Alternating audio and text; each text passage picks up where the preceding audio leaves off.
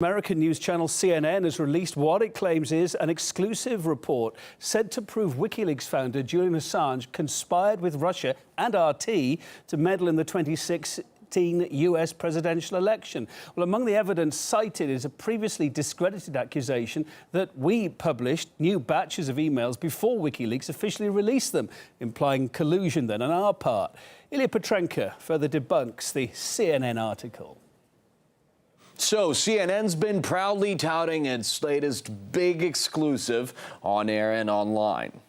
Exclusive. Security reports reveal how Assange turned an embassy into a command post for election meddling. Pay attention to how it sounds, a command post for election meddling. Let's take a look if the report itself stands up to that mega catchy message. CNN says they got their hands on hundreds of surveillance reports compiled for Ecuador by UC Global, a private Spanish security company. How do they know all of this is real? The people at CNN couldn't even get in touch with UC Global.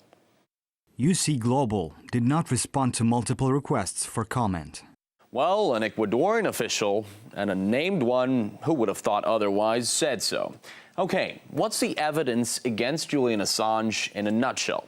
A, he was using plenty of sophisticated devices. That's probably not a surprise because he's behind such a thing as WikiLeaks. B, the Clinton KO leaks came out at the most crucial period of the White House race.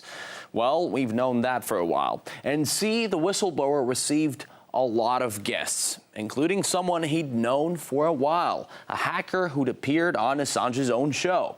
The Mueller team flagged him as a potential courier for the stolen Democratic emails. Plus, among the guests were people from RT. Let me focus on that for a bit. Security logs show that RT's London bureau chief, Nikolai Bogachikin, also visited that month twice. And during one visit that lasted only 5 minutes, he gave Assange a USB drive.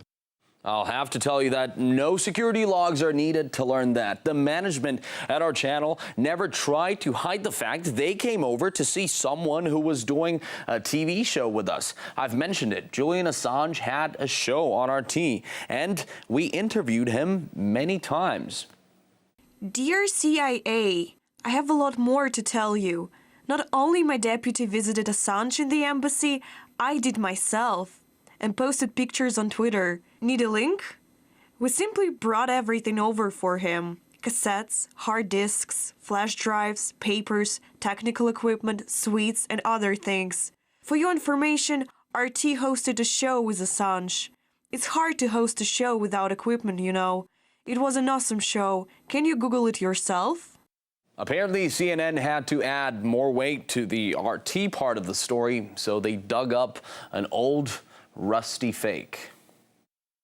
On at least 2 occasions, RT even published articles detailing the new batches of emails before WikiLeaks officially released them, suggesting that they were coordinating behind the scenes, which they deny. No, CNN, RT didn't just deny it. Our web news team simply explained to everyone they tweeted about the newly posted emails after seeing them on the WikiLeaks website, not on their Twitter feed, where the updates came out with a slight delay. Yes, that is fake news. I was the editor on the team that monitored WikiLeaks, and by Podesta 6, we knew they tweeted at 9 a.m. EST each day, 1 p.m. Dublin. So we checked the database by reverse searching and discovered a new dump, tweeted about it, and the conspiracy theorist jumped. Even the journalist who was thinking back then he'd caught RT red-handed had to backpedal.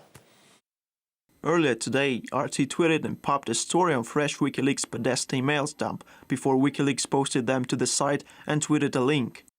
No, they didn't. The release was visible to anyone looking at wikileaks.org/Podesta emails well before our first tweet. I must have glanced over then. Well, big fat exclusives don't like any peddling back. So you can still find all the different versions of the CNN bombshell report with exclusive in big letters. Ilya Petrenko there. Further, journalist David Swanson explains next why election meddling stories have no credibility. It's explosive as a zombie movie watched for the 35th time.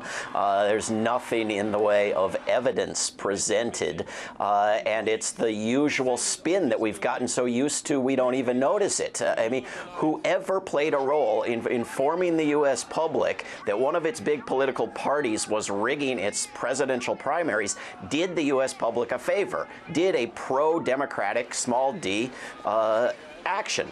And instead, Julian Assange and anyone who played a role in that is treated as an enemy, as a military enemy, not as someone who did the U.S. public a favor. There's rhetoric about Russians and hackers, which you find out later are two separate groups of people. It's as if there's something wrong with meeting with anyone Russian, and there's no connection to the emails from the Democratic Party, and then there's no evidence that it was a leak or a hack. It's just asserted to be a hack. I'm sick and tired of these stories.